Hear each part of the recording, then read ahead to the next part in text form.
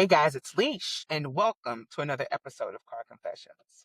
Guys, 1 second, please. I gotta get my camera. There we are, and we're back.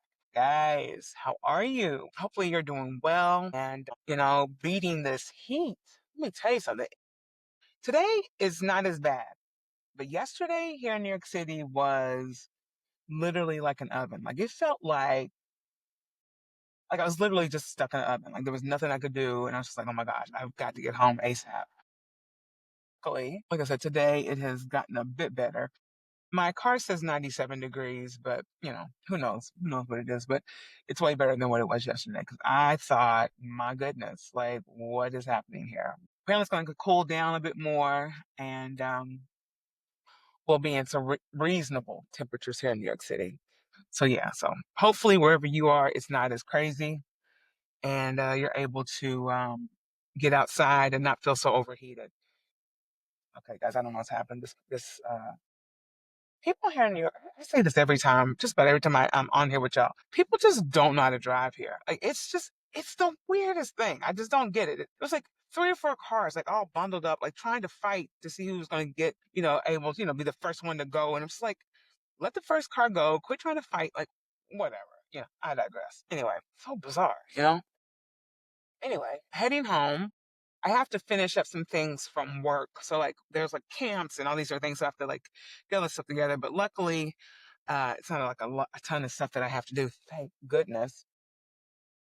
So yeah, now heading home and wanted to catch up with you guys, see what's going on in your world. If you're here in New York City, this is the day after the primaries. The mayoral primary here in New York City went down yesterday. We had, early voting and all that stuff too. And I'm really happy with the results. I was excited that Zohran Mamdani actually won this primary election. And I feel like this is the shift and the shakeup that this city needs. Because for so long, I feel like we have just been conducting uh, life business as usual, right? The usual politician gets in office, they play games, they do this, they do that, they say they're going to do this, and meanwhile they're taking all this money from all these rich people, and the rich are benefiting. Meanwhile, the everyday working person who's paying all the freaking taxes into this place are suffering. And that's one of the things that a lot of people who are against Mr. Mamdani, they are fearful that if he does tax the rich here in New York City, that they'll leave. And my thing is this: if rich people leave this city, right, and they're not being taxed, right? I mean, would that really be this huge blow that is feared out here? I don't think so. Maybe I'm being naive to the whole situation. But what I do know is I know gentrification has been one of the killers of the authenticity. The real people of New York City, and listen, I've been in New York on and off since 1998. I wouldn't even call myself like a true New Yorker, but I am a New Yorker because I've been here for so long. Like I've been in New York longer than I lived in my hometown. So, there's that. And so for me, seeing the evolution of what I saw from the 90s up until now, New York is a completely different place.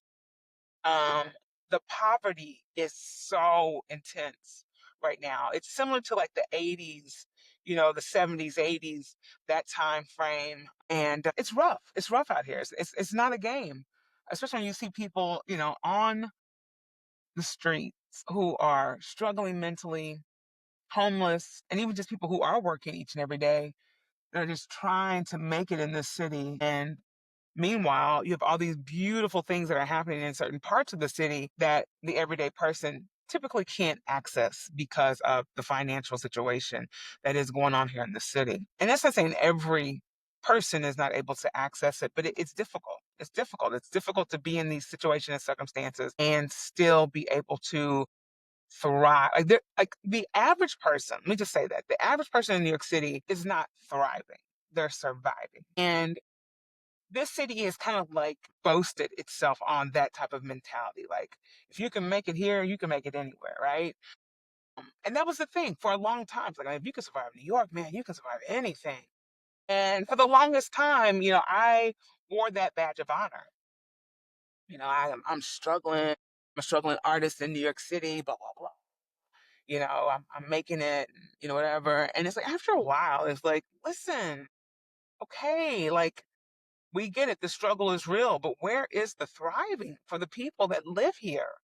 Why does it have to be a thing that you have to struggle in order to live here or try to make ridiculous amounts of money just to say you've made it? Like, why can't you just have your job that you've been afforded, live well? Like, what is wrong? That's the thing. That's the thing that this is me, like, literally, like, this is something that like boils. I can't even talk. Boils my blood. Why does it have to be a thing where privilege is only given to those who have a certain skin complexion and who have a certain amount of money in the bank, right? Why is that the thing? And then on top of that, there are people who don't meet any of that criteria that actually believe in it. That's what really just takes me down. I'm like, you were out here, black like me, or, on the struggle bus financially, whatever it looks like, or you're a person of color, and you are sitting here spewing the same jargon. Huh? Like, make it make sense. Make it make sense to me. I just, it blows my mind. It blows my mind. I think it more so of anything, like, the rich people, the rich are going to rich, like, especially folks who are just out here, just being greedy and not attempting to help in any way, shape, or form, and just kind of want to keep their money to themselves and whatever, and just want to keep taking and taking from the average person, whatever. But for people who are in a similar situation as me or less than, and who are a person of color or a black person or whatever, and you actually have fallen for these fear tactics and this mentality of scarcity and this possibility, because it's a possibility. It's nothing that is in stone that this person who could be the mayor of New York City is going to cause demise to the city. And I've heard it. I've seen it. Social media is a powerful tool. Because the people that are on there, and let me say something, what do they call them? Keyboard warriors. That takes me down every time I hear it. The keyboard warriors on social media are the best. And the reason why I say that is because they really tell you how they feel behind that keyboard. They'll never say it to your face. I'm who I am. Keyboard or no keyboard. I'm running my mouth. I'll tell you to your face. I don't care, because my thing is, I am who I am. I'm not going to be one thing in person and another thing behind the keyboard. But those keyboard warriors, and maybe some of them are like me too, and they're just like, look, I'm keeping the real keyboard or not. They are the ones that really give you the lowdown throwdown as it relates to just knowing, checking the temperature and climate of a certain situation. And this particular situation with Mr. Mondami has been um, interesting, to say the least, and eye-opening. You see, here's the thing. A lot of people think here in New York, and I've said this to people that, where I grew up in Indiana and, other friends that are from, like, the South and stuff, so here's the thing about where we're from. Southern people from Southern Indiana, this, that, and the other. We know where we stand when it comes to racism in those areas. Somebody will let you know. There's no nuance to it. There's no, wait a minute, you're second guessing, like, was that racist? No, boom, done. It's there, and you know what to do. Here, it's not as obvious. It's very subtle. It's very nuanced. It's wrapped in this pretty little present that you're like, it looks nice. Can't be that bad, right? Wrong. It's probably the worst and the most dangerous because it doesn't hit you until it's almost too late, right? Well after the fact. You're like, whoa, whoa, what? That's how you really feel? Wow. Meanwhile, you've had the full-on conversation with this person, you've created relationships with them, and you find out, because this has happened to me personally, several times. You find out what these people truly think and feel. And my thing is, someone growing up where I grew up, I prefer that type of racism. I really do. I prefer you to just full on tell me who you are so I know how to move around you. I know exactly how to deal with you. But this passive aggressive kind of like, no, it's dangerous. dangerous. And it's so dangerous because it puts a target on people in a way that other racism, well, they both do. Let's be serious. They both are dangerous. But this one's a bit more, I feel it's more dangerous because these people profess that they're liberals and they are for all the people and they want to support, progressive this, that, and the other. But the moment that their actual ideology and supremacist ways are compromised, because it's supremacy too, but like I said, it's wrapped in a cute little bow. The moment it is compromised, they're ready to go to war. And like I said, it's scary. It's very scary because they present very progressive when you first, encounter. And even you can have relationships with these people. And then to find out later on, that's not even who they were from the get go. What? It's heartbreaking. And it's just mind blowing to me. Because my thing is, it's like, be yourself, be truly who you are. You don't really want to be progressive and liberal in your thinking, then just be your conservative self. Just say what it is. I saw some guy today on TikTok, a Jewish man who was saying that he's concerned about his friends in Israel because of this mayoral primary election. And listen, I get that a lot of things that happen here in New York City affect things on a global scale. I'm not naive to that. I'm not stupid to that. My thing is, we have to also keep in mind that at the end of the day, the mayor of New York City is to govern New York City. Like, what? I just hit this thing down here, made a little drum beat. I don't know what's going on. But anyway, you know what I'm saying? I'm just really, it just blows my mind how foreign relations, or Israel for that matter, is the guiding factor to if Jewish people in New York City will be safe. I don't understand that. I mean, and listen, if I am completely missing the mark on something, let me know. But how does your safety in New York City determine, the fate of Israel, the fate of you being in this? I don't understand that. And like I said, maybe there's something that I am completely missing. I don't understand. I'm being so honest. I don't get that because this is New York City. The mayor is their job is to govern New York City and the people in this city. Like, I don't see anyone going to the mayor of Newark or the mayor of wherever to ask these questions. And yes, are there a lot of Jewish people here in the city? Of course there are. This is like one of the largest populations of Jewish people on the planet. So, don't think I don't know that. But my thing is, if your safety is contingent on who the actual mayor is in this city, like that's strange to me. That is very strange to me because why is it now that you're not safe? Is it because this man's a Muslim? Because I think at the core of it, I think that's what it is that the fact that he is not this traditional Zionist, um, what do you call it, apologist, and someone who's going to, cower down to these actual ideologies and how certain people want things to be ran in the city. That has nothing to do with your safety. This is just your convenience. You are convenient. Your convenience is being possibly compromised, right? What you want it to happen and how you want things to go, it might not go your way, and that makes you uncomfortable. And to that I say, I don't, because why is it just your safety that's at hand? Why can't it be everyone that lives in New York City? Why isn't everyone's safety priority? That's where I have a hard time with trying to wrap my head around sympathies and seeing this whole idea of Jewish people just not having any safety in this city or in this country or whatever. I don't get that.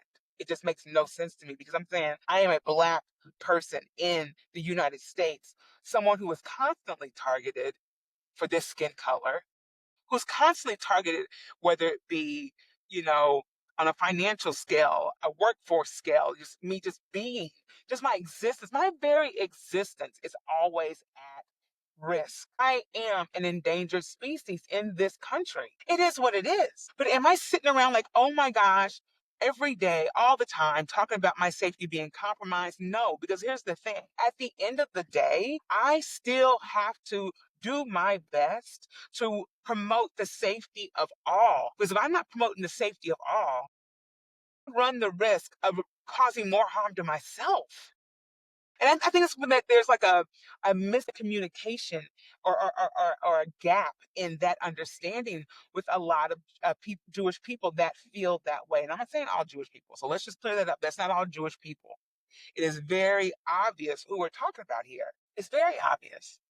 And yes, there are people, and I'm going to get there too, that are on the side of calling Black people out that are not supportive of Zohran Mamdani. Saying to the 92% and people of that nature that, basically like, you know, just bashing Black people, particularly Black women. And then so we run the risk of Zohran Mamdani losing this actual race because of stuff like that. And so it's like we have to really understand that if we're trying to progress in this society as it relates to New York City, or even on a global scale, or even a national scale, we have to allow each of us to have our grievances, right? Share our concerns, rightfully so. And at the same time, allow everyone the space to come together and talk it through in a way where we can come to some common, ground on how we move forward. But if that can't be done, if we're constantly throwing scare tactics and, oh my gosh, this is going to be the worst thing ever, and oh my gosh, my safety's at risk, and oh my gosh, he's a Muslim Jew hater. Like it's insane. It's insane, and it's like us doing things like that only cause more hate, more division. I don't get it. I really don't get it. And once again, the idea of us losing someone like him to rhetoric like that, it just shows to me that this country and New York City, let's just focus on New York City, 'cause that's who's going to be voting. That New York City doesn't want nice things. And that's how I feel. And I'm not going to argue with you about it, but that's how I feel. New York City does not want nice things. Full stop. They only want nice things for some people, for a certain group of people, and everyone else to hell with you. Everything else fall apart because we got what we wanted out of it. And we pushed all this money into these campaigns and blah, blah, blah. Because I've heard that actual rhetoric as well. It's like as much money as we put it basically into Cuomo's campaigns, and we still couldn't get what we wanted. And I'm like, wow. So basically, it's whatever you want and whatever you want for a certain group of people. And like I said, to hell with everyone else. That's crazy to me. That's crazy. That's crazy talk. I don't know. I mean, I do know, but it's wild to me. It's wild to me that this one primary election has caused so many feelings. And at the same time, as I'm thinking about this, as I'm saying this, it is a beautiful thing because it's allowing people to just come out and really say how they feel and how they think, and really understand the climate of New York City. I pray that people don't you know, go and vote Republican or God bless, vote for Eric Adams, who's going independent, which please, like please. That's our current president, Lord. That's our current mayor here in New York City. If you're not aware, Eric Adams is a hot mess. Full stop. Like there's nothing else to be said about that. But yeah, he's running independent. He obviously was a Democrat prior, and he's running in the general election as an independent candidate. And I'm just like, are you kidding me, sir? Like what are we doing? Cuomo might actually run too independent. And then there's that. And then, when you think about stuff like that, people like Cuomo, who lost this primary in the Democratic race, even Eric Adams, both of these people who had been Democrats for so long, who are now changing their stance and running as independents. I mean, do what you want, right? Like, whatever. But it does beg the question of like, were you even like, did you even have an allegiance to these people? Like, are you just doing this for your ego? You know what I'm saying? Like, think about it. It's like you were a diehard Democrat up until you lost, up until the city of New York basically said to Eric Adams, yo, we cannot wait till your ass gets up out of here, right? Because you knew you weren't going to win that Democratic ticket. Like this particular primary, it would, the police, like, just stop it. Like, stop playing with me. Like, it makes you wonder, like, are these people really here for the people, or are they trying to uphold some particular agenda? Just something to think about. And I think it's them upholding a particular agenda for certain people who are, you know, lining their pockets with all the money imaginable. Let me tell you something. I don't think money is a bad thing. I'm not one of those people, oh, money's the root of all the evil. No. I think evil can be, or money can be manipulated for the good, or for evil, not for the good, for evil. I definitely believe that. And I think money can do really good things for people. And, I hate that something that is something we have to have in this country to survive and live and, possibly thrive at some point, is used as a tool to suppress and keep people down. Here's the thing: if you don't have money in this city, if you don't know how to hustle in the city, it's a rough place to be. A rough place. Like I said, been here since '98, and I can't even tell you how many jobs I've had here. I've done so many things, which has been a blessing in so many ways because I know how to do a lot of things. And at the same time, it's exhausting because you're constantly trying to do this and that to make it all work. So it would be nice to be in a position where my one job is enough to live in the city and thrive and be able to purchase something, like a home, like it would be a cool thing to do. I just don't know why so many people are against. But and there's a lot of people like, oh my gosh, you know what a socialist would look like here in this country? No. But I can't imagine it being any worse than what's going on right now. I mean, let me know if I'm wrong. But the way things are shaking in New York City right now, like I said, if you don't have the coins, you are you're on the struggle bus. Full stop. And barely on the struggle bus. Like you're on the struggle walk because you can't even afford the damn bus. Like, let's just be serious, you know? So yeah, I don't know, friends. But what I do know is that tensions are very high here in New York City and across the country, dare I say the world. And people are really up in arms about this. To that, I say, you know what? Let it happen. Let it happen. Things have to change. Things need to change. We have been doing the same old, expecting different results. Like, we've been living in insanity. And you guys know the definition of insanity, doing the same thing over and over again, expecting different results. No, like this is nuts. This is nuts. And my thing is, oh, do you want to go? Yeah. Somebody was walking across here to make sure they go across. I'd hate to, you know, shut that down there. But anyway, we have to do something. We have to change up how we have been doing things in this country. And, will it be everything we want and more? We don't know. But if we don't try, we'll never know. Like it's just that simple. It's okay. Are you afraid because he's not the traditional politician? Well, neither is Trump. And guess what? They gave him a chance. And this is no excuse. Trust me, this is no excuse for what, because Trump, God bless. I'm not even going to go there with him today because I don't have the brain power. But beyond that, we need a change. We need a change of where someone is really grassroots trying to help the people. And I feel like Mr. Mamdani could do that. I do. I feel that he could be that type of leader that is really looking out for the people and not out for his pocket. That's just how I feel. I don't know. You might not feel that way, but everyone else that's on that ticket, I mean, maybe Mr. Blake, maybe, right? But we're talking about someone who can actually just stand up to all this nonsense as well and fight against the system. Because the system, it's the system. It's the system. And someone like Cuomo is just going to fall right back into the system. And it's going to just allow the same mess to keep happening. Meanwhile, we're just suffering and just trying to make ends meet. Tired of that. I'm tired of trying to make ends meet. I really am. And will this be the thing that changes that? I don't know. But if we don't try, we will never know. We will never know. So I don't want to continue to do business as usual. I want to shake it up. I want to change it up. Like I said, if this doesn't work, at least we tried. And then we can then, try again and try again. Like nothing is ever going to change unless you try. That's just how I feel. All right, friends, I made it home.